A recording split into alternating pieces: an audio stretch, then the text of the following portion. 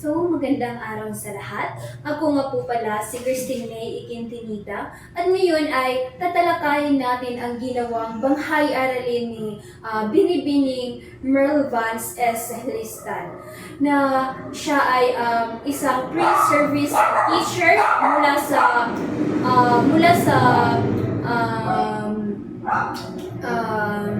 Valencia National High School na kasalukuyang nag-aaral sa Central Mindanao University.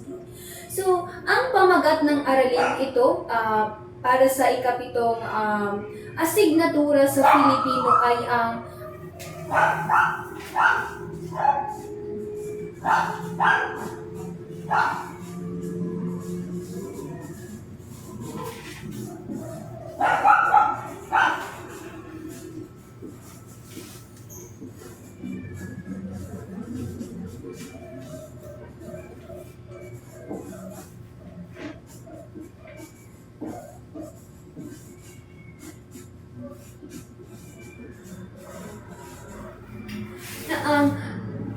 ang kaligirang pangkasaysayan ng Ibong Adarna.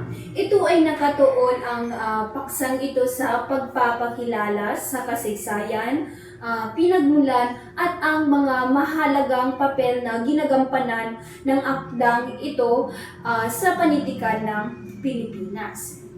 So, ang araling na ito ay nakatakdang ituro sa ika-28 ng Enero 2026 na bahagi ng kurikulum para sa ika-4 na markahan at ika-4 na linggo.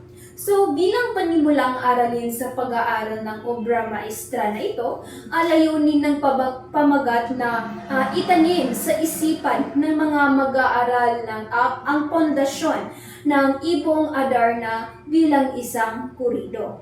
So, ang pagtalakay sa kaligirang pangkasaysayan ay nagsisilbing tulay upang maunawaan ng mga mag-aaral ang kontekstong kultural at ang mga pagpapahalagang Pilipino na nakapaloob sa akda.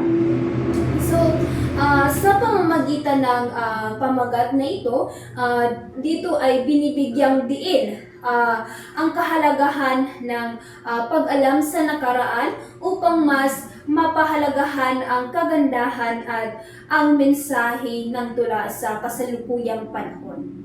So, sa pagtatapos ng araling ito, ang mga layunin ng araling ito ay nakatuon sa paglinang ng kasaysayan at pag-unawa ng mga mag-aaral sa kuridong Ibong Adarna. So, narito ang unang layunin.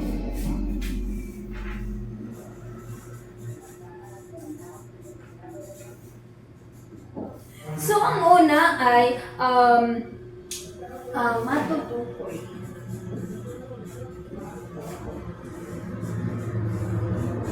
So, ang una ay inaasahang matutukoy ng mga mag-aaral ang Ibong Adarna bilang isang kurido at maiisa-isa ang mga pangunahing katangian nito gaya ng sukat, ritmo at paksa. So, ang pangalawang layunin naman ay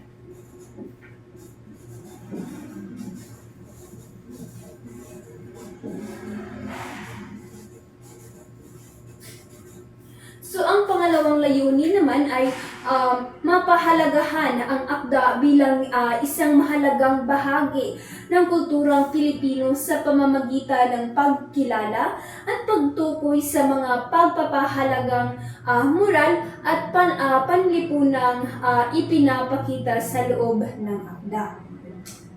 At ang pangatlong layunin naman ay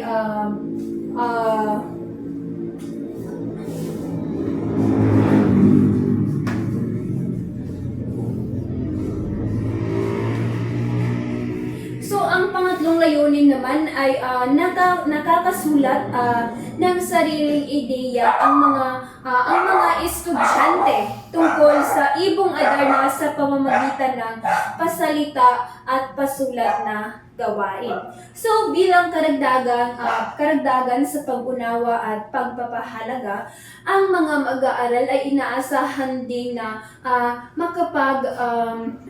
makapagpapahayag ng kanilang mga sariling idea tungkol sa paksa sa pamamagitan ng pasulat o pasalita ng mga gawain. So ang mga layunin na ito ay binuo upang maging gabay sa kanila sa pagkamit ng mas malawak na pamantayan sa pagganap na kung saan ang mga mag-aaral ay kailangang makabuo ng isang script para sa shadow play na nag-uugnay sa mahalagang pangyayari sa akda sa kanilang pagkakakilanlan bilang sila ay mga Pilipino. So sa pamamagitan ng dito ay tinitiyak na ang pagkatuto ay hindi lamang nananatili sa antas ng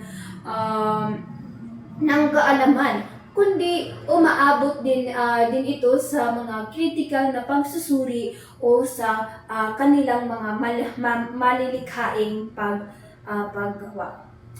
So, ang daloy ng aralin ay nagsisimula sa pagkuha ng dating kaalaman na kung saan ay inihahanda ang mga mag-aaral sa pamamagitan ng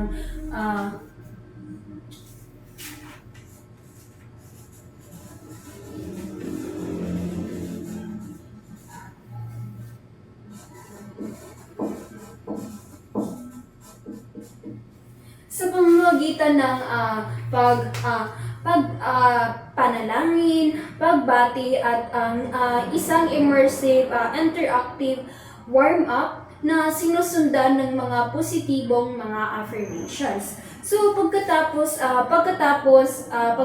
nito ay ayusin din ang kanilang silid at i-check ang kanilang mga attendance kung may umabsent ba sa araw na iyon o kung sino yung mga present. So at pagkatapos ay saka sila magsasagawa ng mga pagbabalik-aral sa nakaraang paksa bago tumungo sa pagganyak na tinatawag na hula kwento. So sa bahaging ito, gagamit ang mga guro ng mga larawan ng hari, mga prinsipe at isang ibon upang ang mga estudyante ay hikayatin na bumuo ng mga kanilang sariling hinuha tungkol sa kwento na susundan din ng pagpapakita kung paano ang pagkikwento ay maaaring gawin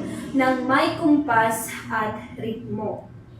At matapos ang pagganyak, tutungo ang klase sa pagtuklas at paglalahad ng layunin na kung saan formal na ipapakilala ang ibong Adarna bilang isang hurido at babasahin ang mga layunin ng aralin gamit ang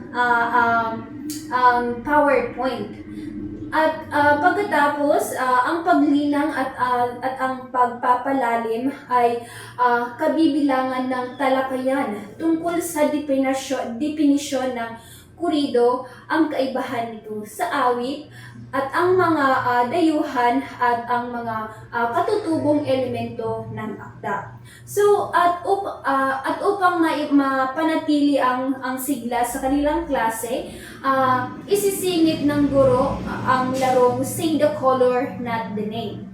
So dito ang aralin ay magtatapos sa paglalahad ng mga natutunan, pagsasagawa ng pagtataya sa pamamagitan ng kanilang pagsusulit at pagbibigay ng pagninilay na gawain bilang kanilang mga takdang aralin. So, ang paksa ng aralin na ito ay nakatuon sa kaligirang pangkasaysayan ng Ibong Adarna, tulad nga na sinabi ko kanina, na kung saan dito ay ating sinusuri ang pinagmulan at ang mga katangian nito bilang isang kurido. So, ngayon ay malalaman natin kung ano nga ba ang kurido.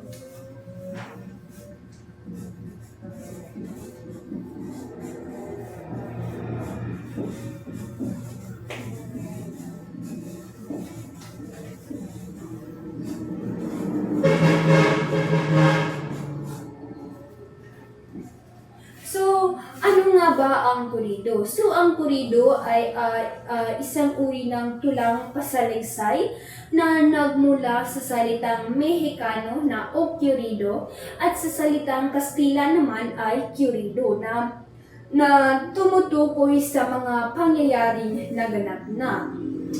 So, bilang isang anyo ng panitikan, ang kurido ay may 8 pantig.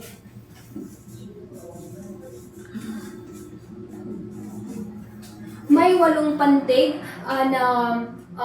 sa bawat taludtod at binibigkas ito ng mabilis na karaniwang naglalaman ng mga kwentong puno ng kababalaghan, pantasya, at ang pakikipagsapalaran ng mga hari at ang mga prinsipeng may mahiwagang kapangyarihan. So sa kabilang banda naman, binibigyang diin din sa talakayan ang pagkakaiba nito sa awit.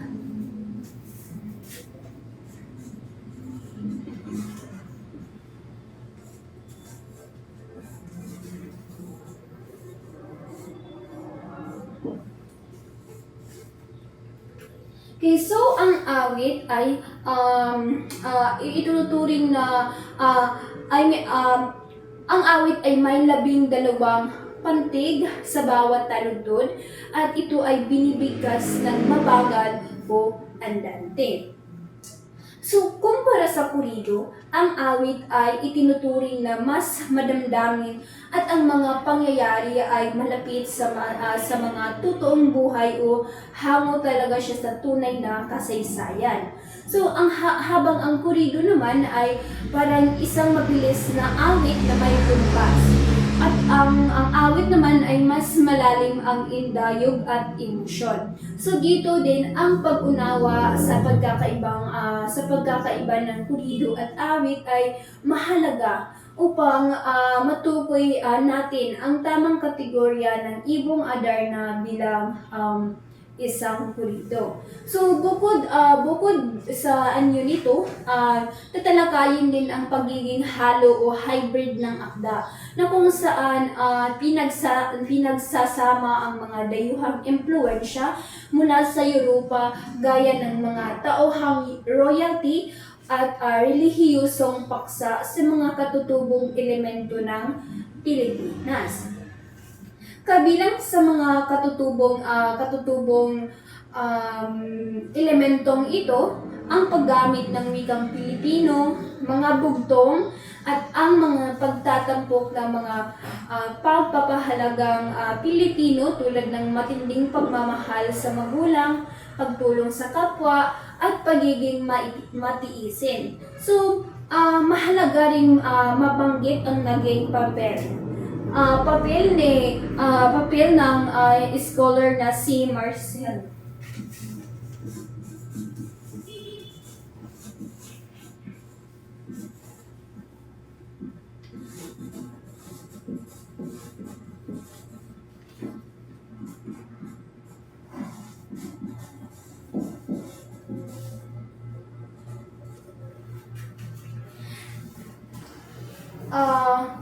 Si Marcelo P. Garcia bilang isang scholar noong 1949, siya ay sa pagsasaayos ng sukat at tugma ng iba't ibang bersyon ng akda upang ito ay maging mas madali itong maunawaan ng mga mag-aaral sa kasalukuyan. Sa huli, ipapakita ang paulit-ulit na daloy ng kwento na kung saan ang paglalakbay ng tatlong magkakapatid at ang pagtatagumpay ng bunsong anak ay nagsisilbing ito ay salamin ng mga hamon at tagumpay sa ating sa buhay. So, ang pagsusulit o ang pagtataya sa araling ito ay nahati sa dalawang bahagi upang masukat ang lalim ng pag-unawa ng mga mag-aaral. So, sa unang bahagi ng pagsusulit o pagtataya, ang mga mag-aaral ay sasagot sa mga inihandang mga katanungan at isusulat nila ito sa kanilang mga big notebook batay sa pagbasa ng unang 6 na saknong sa akda na Ibong Adarna na dito ay naglalayong suriin ang katangian ng nagsasalita, ang damdamin ng panalangin, at ang mga kaugaliang Pilipino na ipinamalas sa librong Ibong Adarna. At ang ikalawang bahagi naman sa pagtataya at sa pagsusulit ay isang formal na evaluasyon na binubuo na ito ay binubuo ng 10 item na maramihang pagpipilian or multiple choice. So dito din ay sinusubok nito ang kaalaman ng mga mag-aaral sa definisyon ng kurido at ang bilang ng pantig nito, ang pagkakaiba sa awit, at ang mga elementong dayuhan at katutubo, at ang pagkilala kay Marcelo P. Garcia bilang scholar na siya nag-aayos ng akda na Ibong Adarna. So, bilang panghuling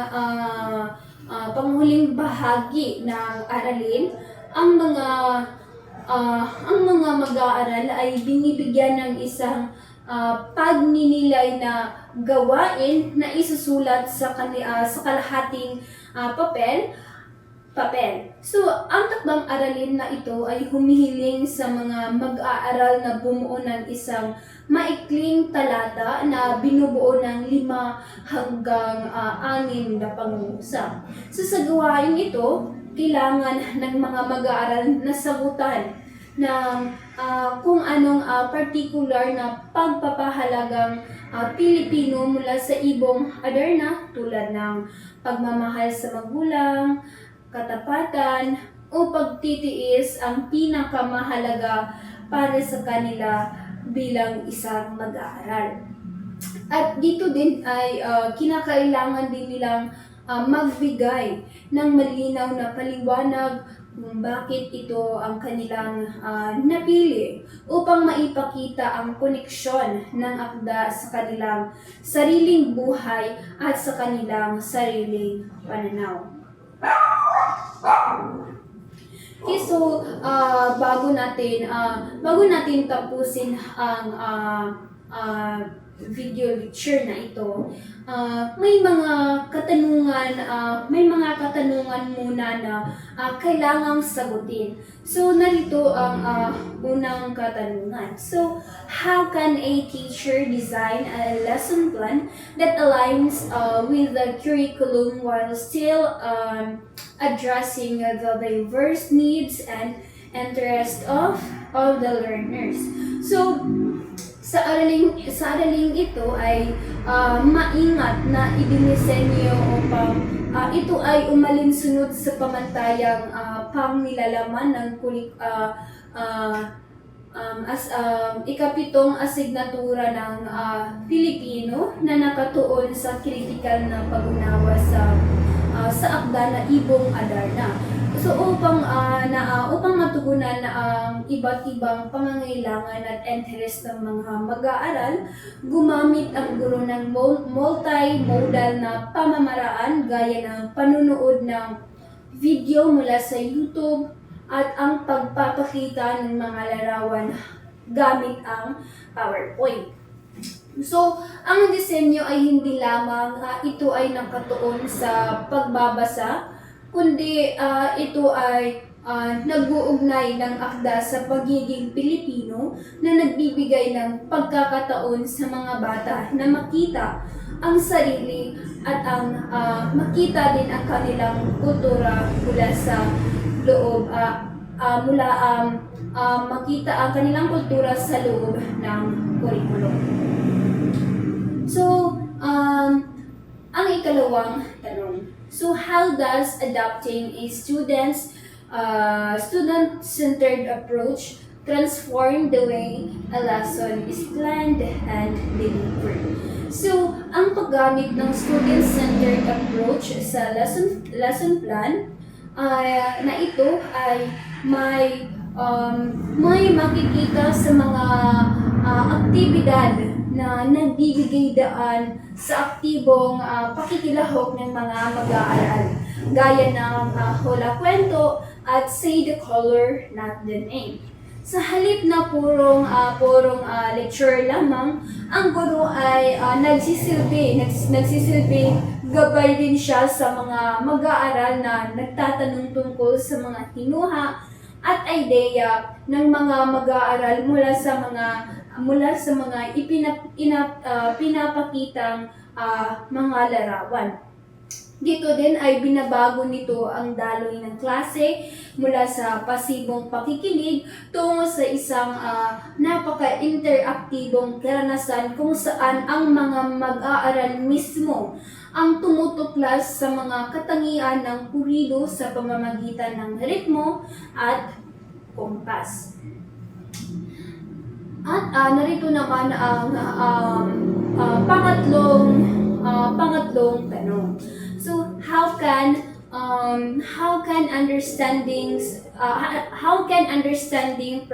learners prior knowledge, abilities, and backgrounds shape a more responsive and inclusive lesson plan? So dito ay isinaalang-alang ng guro ang prior knowledge ng mga mag-aaral sa pamamagitan ng bahaging pagkuha ng dating kaalaman at ang pagbabalik-aral sa mga nakaraang leksyon gamit ang mga visual na kagamitan at ang mga gawaing pampasigla or ang tinatawag natin na warm up ay tumutugon sa iba't ibang estilo ng pagkatuto ng mga estudyante upang masiguro na ang bawat bata, anuman ang kanilang bilis sa pag-unawa, ay handa ang mga estudyante para sa bagong paksa. So, sa pamamagitan ng pagtatanong tungkol sa kanilang mga obserbasyon sa mga larawan ng hari at prinsipe, dito din ay nasusuri ng guro kung gaano na kalawak ang mga imahinasyon ng mga estudyante at ang kanilang mga kaalaman ng mga bata tungkol sa mga klasikong kwento tulad ng Ibong Adarna. So, ang ika-apat naman ay how should lesson objectives be written to focus on learners actively do and demonstrate. So, ang mga layunin ng aralin na ito ay binuo ng may focus sa kung ano man ang aktwal na magagawa at maipapakita ng mga mag-aaral matapos ang kanilang talakayan.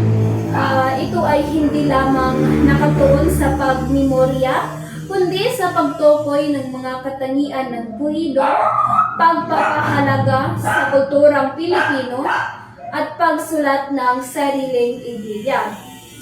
So, Ang mga layunin din nito ay malinaw na ipresenta sa mga bata gamit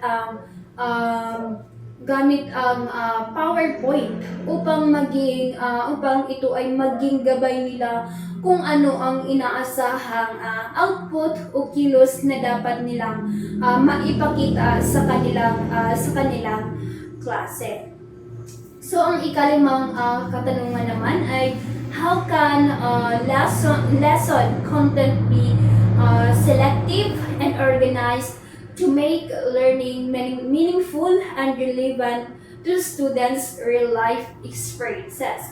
So, ang pagpili ng paksa tungkol sa kaligirang pangkasaysayan ay ng Ibong Adarna ay ginawang makabuluhan sa pamamagitan ng pag-uugnay nito sa tunay na karanasan ng mga Pilipino, gaya ng pagmamahal sa magulang at ang pananampalataya.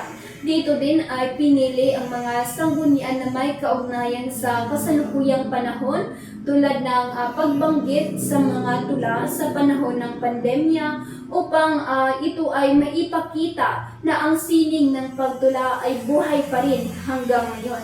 At ang organisasyon ng nilalaman mula sa definisyon ng kurido ay hanggang sa mga halimbawa ng saknong ay naglalayong gawing madaling matandaan at relevant para sa mga mag-aaral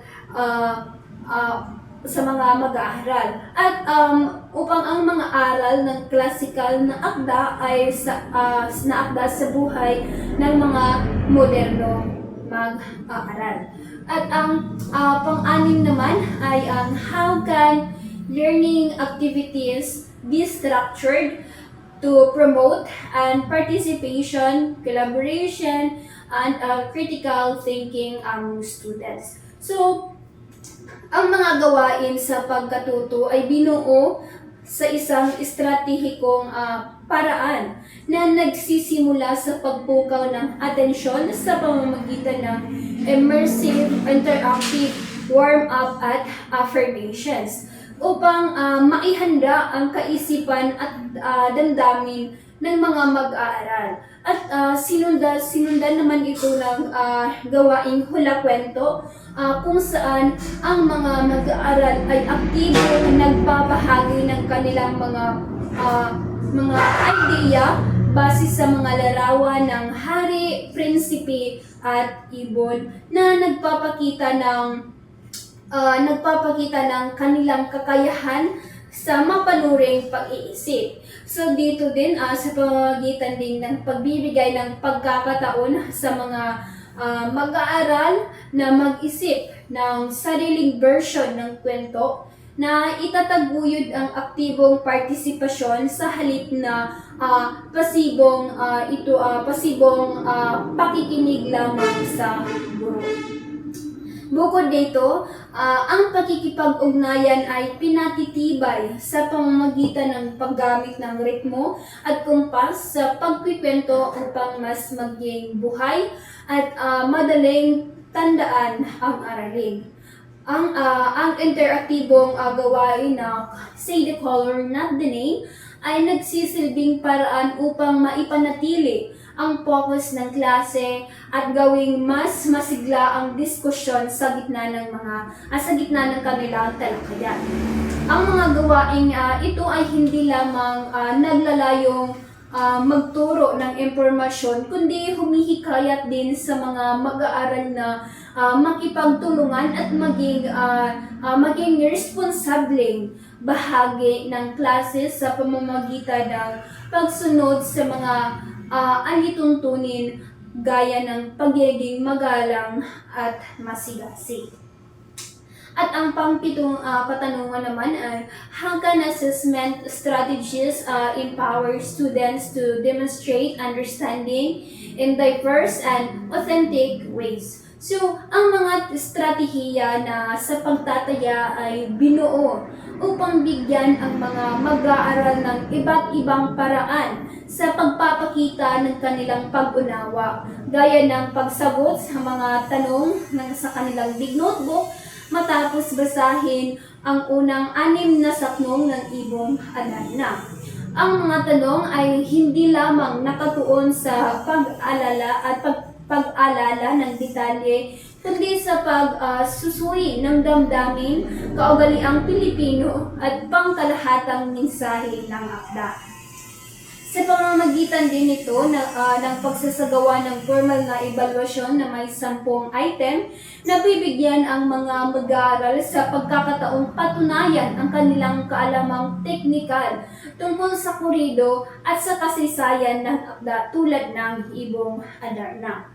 At dito din ay nagiging mas autentiko at makabuluhan ang pagtataya sa pamamagitan ng takdang aralin na humihiling sa mga mag-aaral na sumulat ng isang pagninilay tungkol sa pagpapalagang Pilipino na pinakaimportante para sa kanila.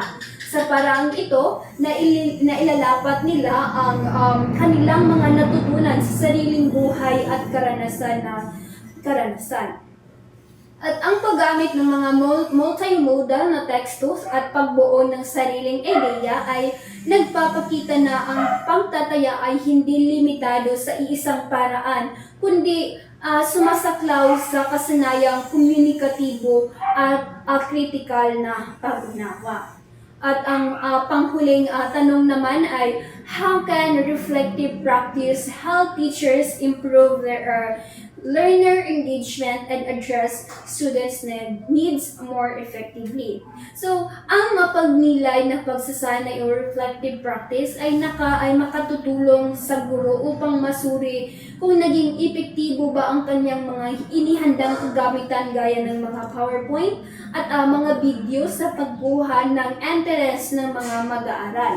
Dito din, sa pamamagitan din ng pagmamasid sa aktibong pagsagot ng mga bata sa mga tanong gaya ng ano ang ating paksa noong nakaraang tagpo o sa kanilang reaction sa hulang kwento. Malalaman ng guro kung ano ang bahagi ng alin ang mas kailangan niyang palakasin.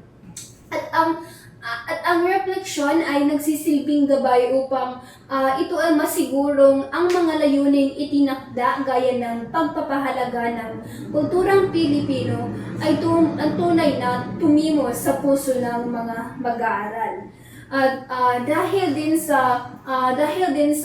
ang guro ay gumamit din ng mga alituntunin sa klase tulad ng responsable, ang mapagnilay at napagsasanay ay nagbibigay daan upang ito ay mas maunawaan ang damdamin at pangangailangan ng bawat estudyante. So, sa pagtatapos ng bawat araw, ang guro ay maaaring makabuo ng mas makabubuting estratehiya sa susunod na talakayan base sa naging resulta ng evaluasyon at pagninilay ng mga mag-aaral.